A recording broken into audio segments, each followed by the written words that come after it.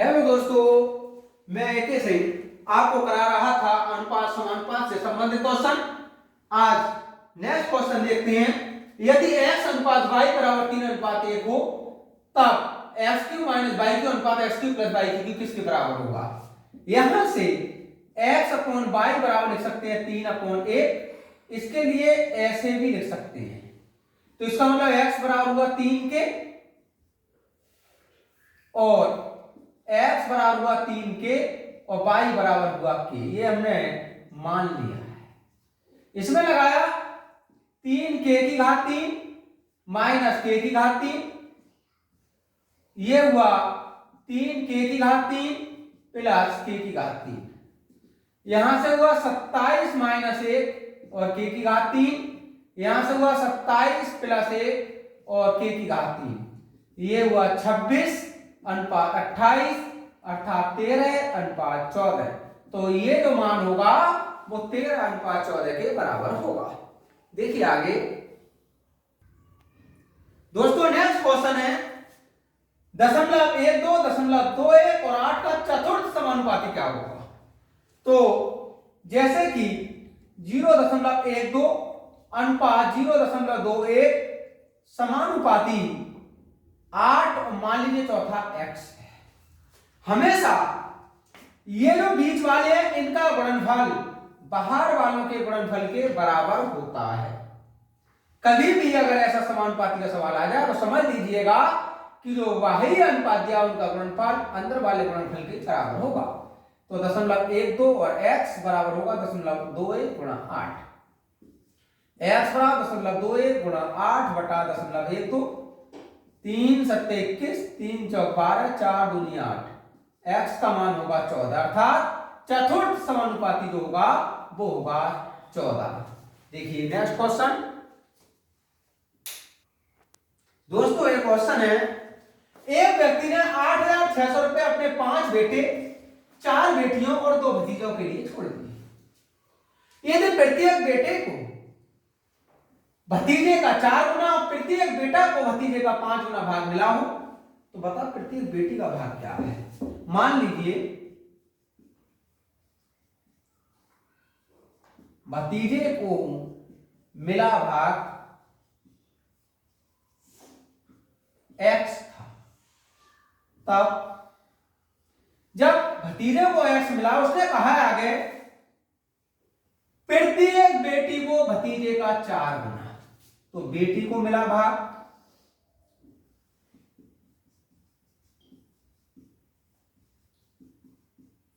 इसका 4 गुना और प्रत्येक बेटा को भतीजे का 5 गुना। तो बेटे को मिला भाग 5x। जबकि कुल भाग 8,600 रुपए छोड़े थे तो बेटे तो 5 थे, तो 5 बेटे थे और एक बेटे को 5x भाग मिला। 4 बेटियां थी, एक बेटी को 4x भाग मिला। 2 भतीजे थे और एक भतीजे को x भाग मिला। तब ये 8,600 रुपये थे। 5 पंजे 25x plus 16x plus 2x 8,600। ये हुआ 43x 8,600 x बराबर हुआ 200। उसने कहा प्रत्येक बेटी का भाग क्या होगा। प्रत्येक बेटी का भाग ये हो जाएगा 4 गुणा 200 अर्थात 800 रुपये, यानी प्रत्येक बेटी को 800 रुपये मिलेंगे। देखिए आगे नेक्स्ट क्वेश्चन है दोस्तों। यदि किसी राशि को ए बी और सी में इस प्रकार वितरित किया जाए कि ए का भाग बी का 2 गुना और बी का भाग सी का 4 गुना हो तो तीनों भागों का परस्पर अनुपात क्या होगा। ऐसे मान लीजिए ए है, ये बी है और ये सी है। क्या कहा है उसने, ए का भाग बी का 2 गुना, बी जो होगा उसका 2 गुना और बी का भाग सी का 2 गुना, सी जो होगा उसका 2 गुना। तो देखिए बी का भाग सी का 4 गुना, मान लीजिए सी का भाग x था तो इसका 4x होगा, क्योंकि उसने कहा बी का भाग सी का 4 गुना, तो बी का भाग सी का 4 गुना, और ए का भाग बी का 2 गुना, तो इसका मतलब ये होगा 8x। उसने कहा है इन तीनों के भागों में क्या अनुपात होगा, तो 8x अनुपात 4x अनुपात x, और ये बन जाएगा 8 अनुपात 4 अनुपात 1। देखिए नेक्स्ट क्वेश्चन, देखिए दोस्तों नेक्स्ट क्वेश्चन है 2 की पावर 1.5 अनुपात 2 की पावर 0.5, इसका अनुपात क्या होगा। तो बहुत आसान सी बात है, इसे ऐसे लिख दीजिए 2 की पावर 1 इंटू 2 की पावर 0.5, और ये 2 की पावर 0.5, क्योंकि आपको मालूम है कि जब संख्या की गुणा करते हैं और आधार समान होते हैं तो उनकी घातें जुड़ जाती हैं, तो हमने अलग अलग लिख दिया। यहां से ये कटा, यहां से बचा 2 और यहां से बचा 1, तो उसने कहा था इसका अनुपात किसके बराबर होगा, तो इसका अनुपात 2 अनुपात 1 के बराबर होगा। देखिए दोस्तों नेक्स्ट क्वेश्चन है, यदि m अनुपात n बराबर 3 अनुपात 2 हो तो 4m प्लस 5n अनुपात 4m माइनस 5n किसके बराबर होगा। तो यहां से मान लीजिए कि m का मान 3 के है और n का मान 2 के, इसमें लगा दीजिए 4 इंटू 3 के प्लस 5 इंटू 2 के अनुपात 4 इंटू 3 के माइनस 5 इंटू 2 के, 12 प्लस 10 और के बाहर ले लिया, यहां से हो जाएगा 12 माइनस 10 और के, तो के तो कट गया दोनों का, ये हुआ 22 और ये हुआ 2, इसका मतलब हुआ 11 अनुपात 1, तो इसका मान होगा 11 अनुपात 1 के बराबर। नेक्स्ट क्वेश्चन है दोस्तों, दो संख्याओं का योग 40 और अंतर 4 है, उन संख्याओं का अनुपात क्या होगा। तो देखिए उन संख्याओं को हमें निकालना है, तो या तो हम अंदाज में लगा लें कि वो संख्या क्या होंगी जिनका योग 40 और अंतर 4 हो, तो वे संख्या है, और या फिर मान ली संख्या x और y है, इनका योगफल 40 है तथा इनका अंतर 4 है। यहां से हो जाएगा 2x बराबर 44, x का मान होगा 22, यहां लगाया y बराबर हो जाएगा 40 माइनस 22, तो ये होगा 18।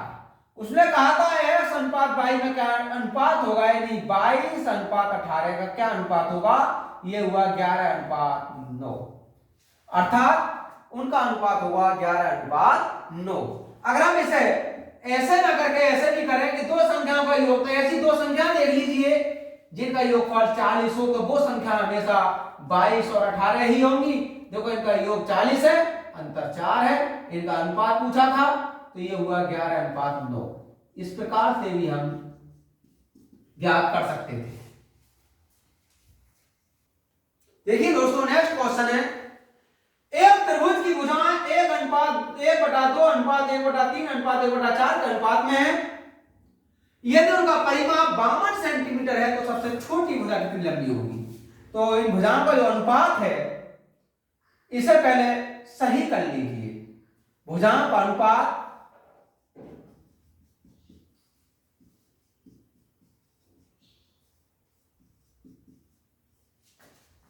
इसमें 4 3 2 का अगर एलसीएम निकालें तो 12 आएगा, 2 से भाग करेंगे 6, ये हो जाएगा 4 और ये हो जाएगा 3, अर्थात इनका अनुपात हो जाएगा 6 4 और 3। अब उसने ये कहा था सबसे छोटी भुजा बताओ, तो देखते हैं छोटी भुजा कौन सी होगी। छोटी भुजा तो ये होगी, तो जो भुजा ज्ञात करनी है उसका अनुपात ऊपर, नीचे इन सबका योगफल 6 4 10 और 3 13, गुणा जो परिमाप दिया है टोटल 52, 13 चौका 52 और 4 3 12, तो सबसे छोटी भुजा होगी दोस्तों 12 सेंटीमीटर। नेक्स्ट क्वेश्चन है दोस्तों, 117 रुपए को एबीसी में 1/2 अनुपात 1/3 अनुपात 4 के अनुपात में बांटना था, पर गलती से इसको 2 3 4 के अनुपात में बांट दिया गया। अब ये बताओ इनमें एबीसी में से किसको अधिक लाभ हुआ, कितने रुपए का लाभ हुआ। तो देखिएगा ए अनुपात बी अनुपात सी, ये है 1/2 अनुपात 1/3 अनुपात 1/4। इसका मतलब हुआ 6:4:2। तो पहली स्थिति में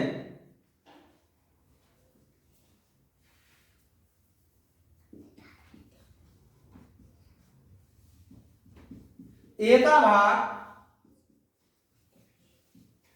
तो 6, नीचे इनका योग 6 4 10 2 12, 2 6 12 4 3 12 और गुणा 117, 13 9 117, 6 9 54। अब बी का भाग क्या रहा होगा फिर? बी का 4, नीचे हुआ 13 गुणा 117, ये हुआ 36 रुपए। फिर सी का भाग क्या रहा होगा? सी का 3/13 गुणा 117, ये हुआ 27 रुपए। लेकिन ऐसे नहीं बांटा गया उस रुपए को, उसे तो सीधे 2 3 4 के अनुपात में बांट दिया। तो दूसरी स्थिति में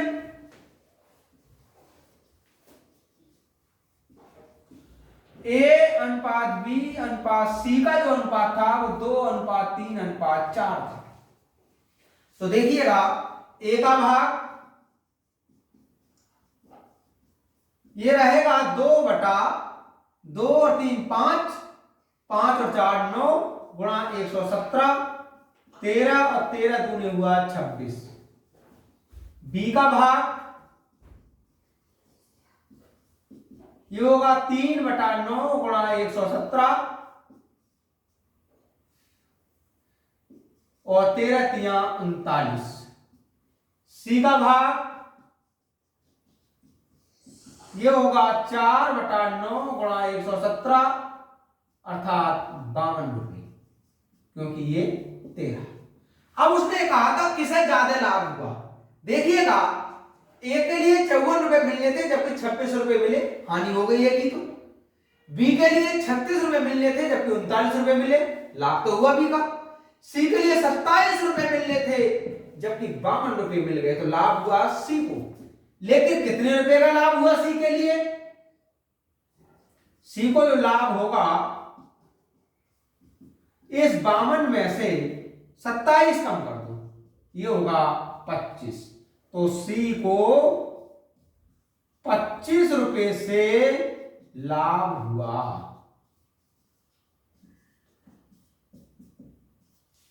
देखिए नेक्स्ट क्वेश्चन, देखिए दोस्तों नेक्स्ट क्वेश्चन है ए और बी के पास 2:1 के अनुपात में धन है।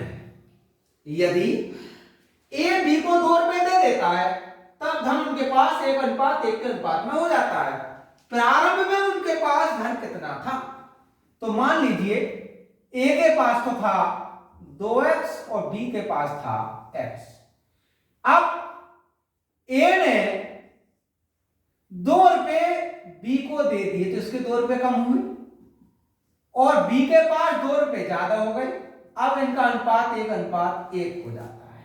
फिर सुनिएगा, यदि ए बी को 2 रुपए दे दे, ए जब 2 रुपए बी के लिए देगा तो ए के तो 2 रुपए कम हो जाएंगे लेकिन बी पर 2 रुपए बढ़ जाएंगे, तो उनका धन 1:1 के अनुपात में हो जाता है। इसे लिखेंगे हम 2x - 2 बटा x + 2 बराबर 1/1, अर्थात 2x - 2 बराबर x + 2, x बराबर हुआ 4। तो ए का जो धन था वो होगा 2 × 4 यानी 8 रुपए, और बी का जो धन था वो होगा 4 रुपए। तो ए के पास 8 रुपए थे और बी के पास 4 रुपए थे। देखिए दोस्तों नेक्स्ट क्वेश्चन है 1250 रुपए को एबीसी में इस प्रकार बांटिए कि ए बी के भाग का 2/9 ले। ए बी के भाग का 2/9, तो a/b बराबर 2/9।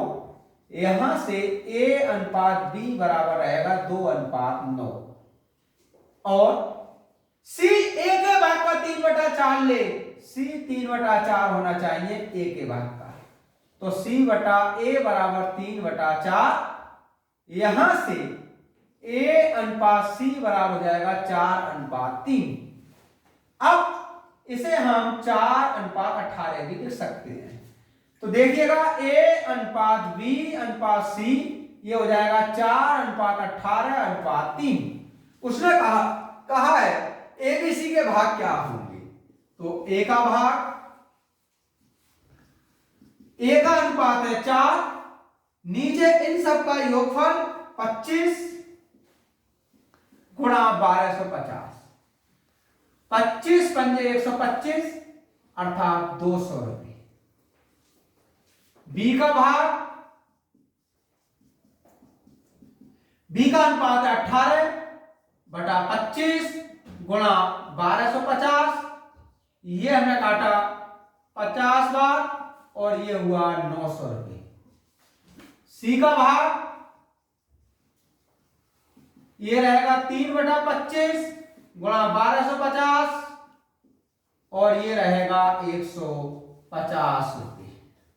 तो ABC के भाग होंगे 200, 900 और 150 रुपये। देखिए आगे, देखिए दोस्तों नेक्स्ट क्वेश्चन है, यदि x बराबर 1/3y और y बराबर 1/3z है तब x अनुपात y अनुपात z का मान क्या होगा।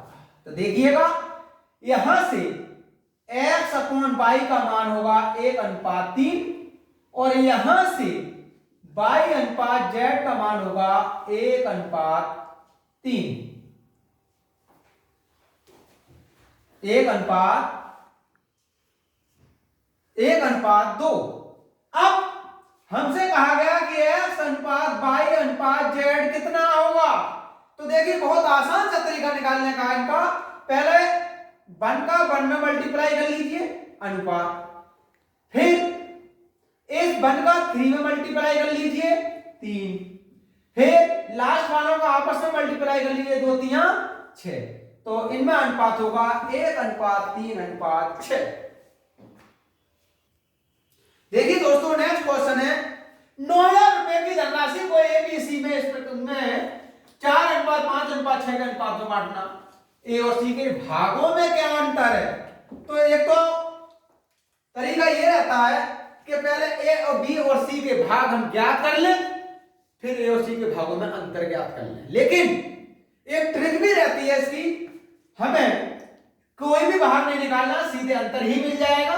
और वैसे भी हम इस चैनल पर सब अधिकांश ट्रिक के हिसाब से ही निकाल रहे हैं। अब ए और सी के भागों में अंतर,